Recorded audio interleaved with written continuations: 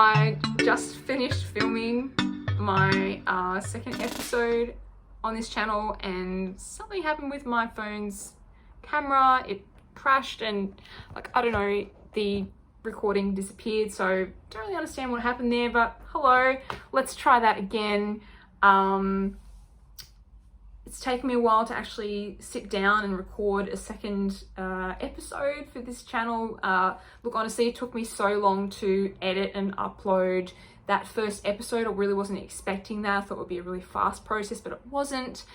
So I've kind of been putting off posting another video, which is a shame because I really wanted to record my prep journey. But anyway, better late than never. Here we are, and I've got a few important things to share with you. And the first thing or piece of news is that I've changed my comp.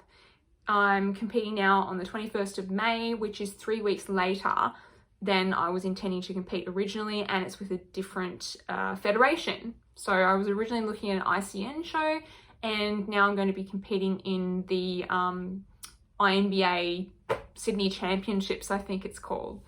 So first reason for that is that I actually gained weight, a couple of kilos since I started my prep, and that's now 12 weeks ago, which is crazy.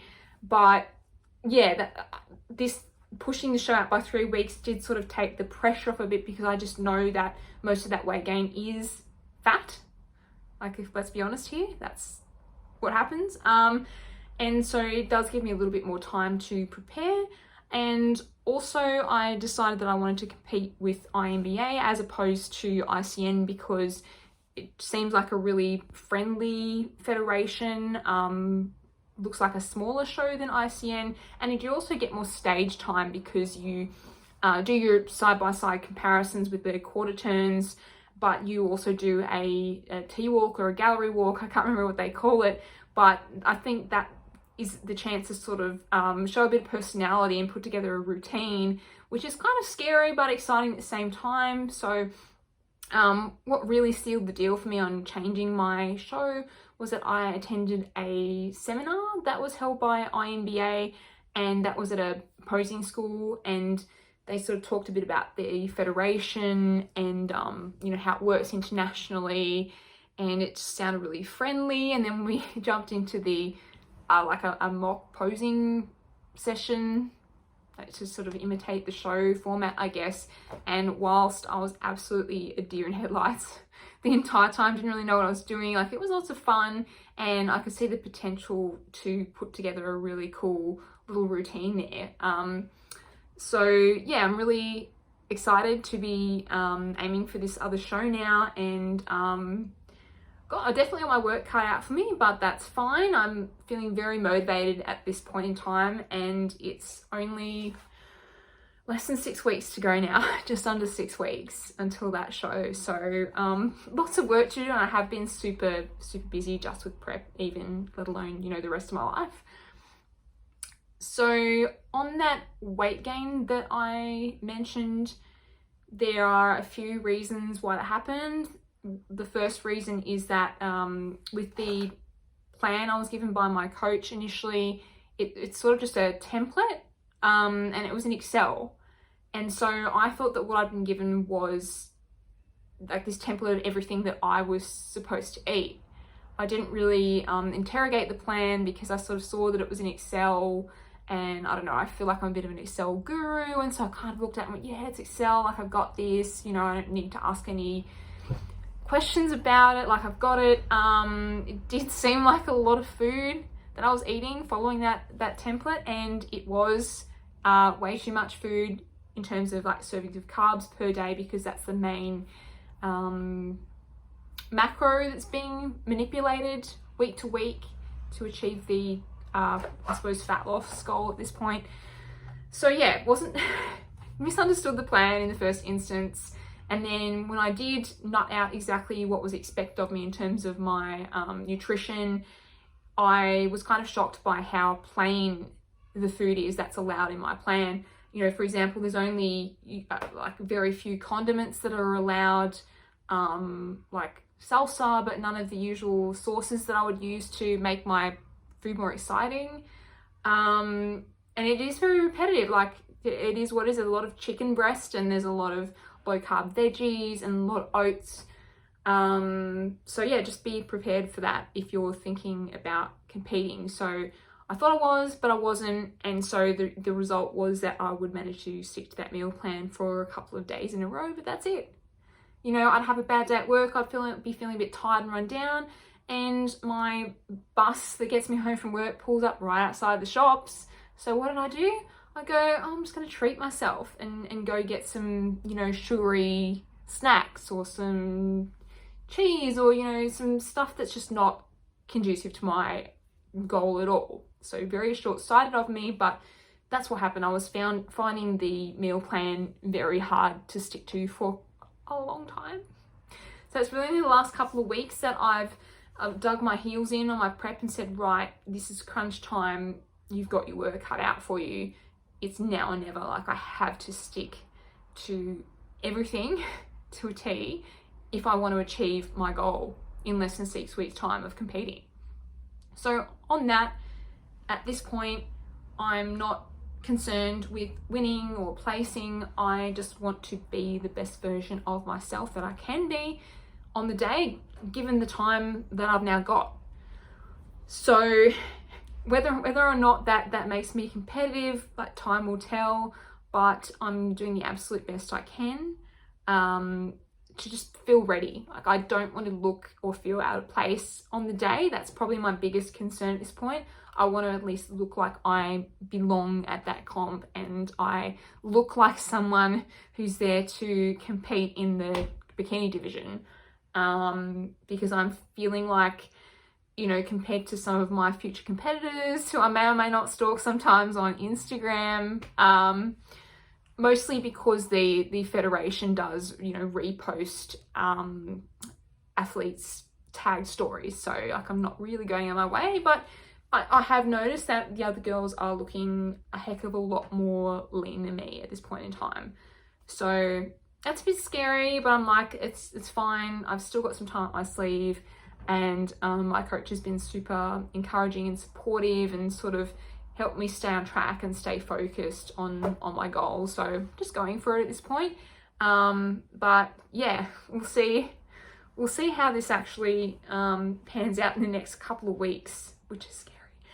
Okay, so when I mentioned that Sundays I feel fatigued, and that sort of prompts me to go and get these, I suppose, energy dense foods to give myself a pick-me-up. I'm not kidding, I do suffer from recurring insomnia and have done so pretty much my entire adult life. So a good night's sleep for me is 4 hours plus of solid sleep. Not very good. I have been to see health professionals about this, you know, doctors, multiple psychologists, even a random psychiatrist. They are all quite horrified at how little sleep I actually get and how little sleep I'm saying is acceptable for me, but I just don't feel like there's a solution to this. I really don't understand what the root cause of my insomnia is. So unfortunately, I hate this saying, it is what it is for now. And so I just have to, you know, manage it as best I can. So there are plenty of, it's usually like a week or so that my sleep tends to suffer. And so on those nights, I'm getting less than 4 hours of sleep a night. And that's when I feel really exhausted, understandably. And it is very hard to stay motivated with anything or stay focused on anything. And so, yeah, it's definitely something I've used as, I shouldn't call it an excuse, but kind of like an excuse to go and snack in the past. But I know that if I want to achieve my goals, this insomnia is not, that problem's not going away anytime soon, if ever, unfortunately for me. So regardless of how tired I am, I need to stick to my plan. So in terms of nutrition and training. So on to training. So still 5 days of weights training a week at this point. So 6 weeks out, as I said. And cardio and steps are increasing. At the moment, my step target is 10,000 a day. And I've got 5 sessions of cardio to do per week. Now, my coach has defined a cardio session as walking on the treadmill at an incline for 45 minutes. So as you can picture, that's a lot of walking essentially every day, and it does get repetitive very quickly. And so something I've sort of stumbled across to help with that is podcasts. So listening to podcasts now while I'm doing my cardio and while I'm getting my steps up, it sort of keeps me going. And I've found a few channels that are quite relevant to competing. Like, as you'll see, I'll give you my list of recommendations. So the first channel is Confessions of a Bikini Pro. That's hosted by IFBB pro Celeste Rains-Turk. She's based in the US. Most of these podcasts are American. They've just got a bigger market for this stuff, I suppose, but it's fine. There's still lots of good information in these episodes. The second channel is the Pros Physique Code. And then we've got Level Up with Sherelle and Danny, which is an Australian podcast, so that's cool. I give those guys a chance. And then also I'm listening to The Bikini and The Brain. So yeah, all of these channels have really helped keep me focused and keep me going, like literally during my cardio sessions and my walking, because I found that my tunes got extremely repetitive very quickly. I was sick of all my music, I was sick of my own company. And so the podcasts really have helped get through the sessions and more to come. And that's the scary part at this point. Like, it only gets more and more intense from here on in. And I've still got a lot of work to do, not only on my physique, but also in terms of posing as well. So the posing for the INBA show is a little bit more involved than that was expected in ICN. So to help with that, I did book a one-on-one session with a posing coach. Like, that's her entire job, is to coach for bodybuilding posing, mostly women. And this lady is also a PNBA pro, which is the US version of INBA. So I was like, great, perfect, lock it in. So I had a session with her only last week. I'll insert some of the before and afters of her tweaking my, front pose, side pose, back pose. So that was really good. But again, it sort of just rammed it home that there's a lot of work to do if I want to look the part and feel confident on the day, because I think that's the most important thing, is going into this, feeling like I belong at the comp, looking like I belong at the comp preferably, and knowing that I've put in all the work to prepare myself for the day, because I don't want to, get there on the day and end up looking back on the whole scenario, wishing that I could have tried harder, basically. That would be the most disappointing thing. So here I am giving everything 100% at this point. So that means a lot of posing practice, a lot of the same foods over and over again, hello chicken breast and broccoli, lots of weight training, which is fine. I really enjoy weight training. It's kind of one of the whole reasons I got into this in the first place. I really enjoyed going to the gym, and then the good old cardio sessions, which I really don't feel like anyone enjoys that much, to be honest. Or am I wrong there? Let me know. So yeah, lots of work to do, and I am feeling very motivated and focused at this point. Again, just under 6 weeks to go until that comp, and I apologize for not having uploaded here sooner, because I did really want to capture my prep journey. So no more being slack in any aspect, which is easier said than done. But yeah, really excited, really nervous, and I'm actually going to jump off now and practice some posing with some of the pointers that posing coach gave me last week. And if it's not disgraceful, maybe I'll upload some of that practice session here.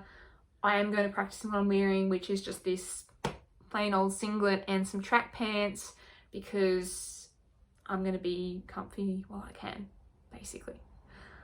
All right. Any questions or comments? You know what to do. Drop them below the video. And yeah, until next time, I'm feeling nervous, but I'm feeling good.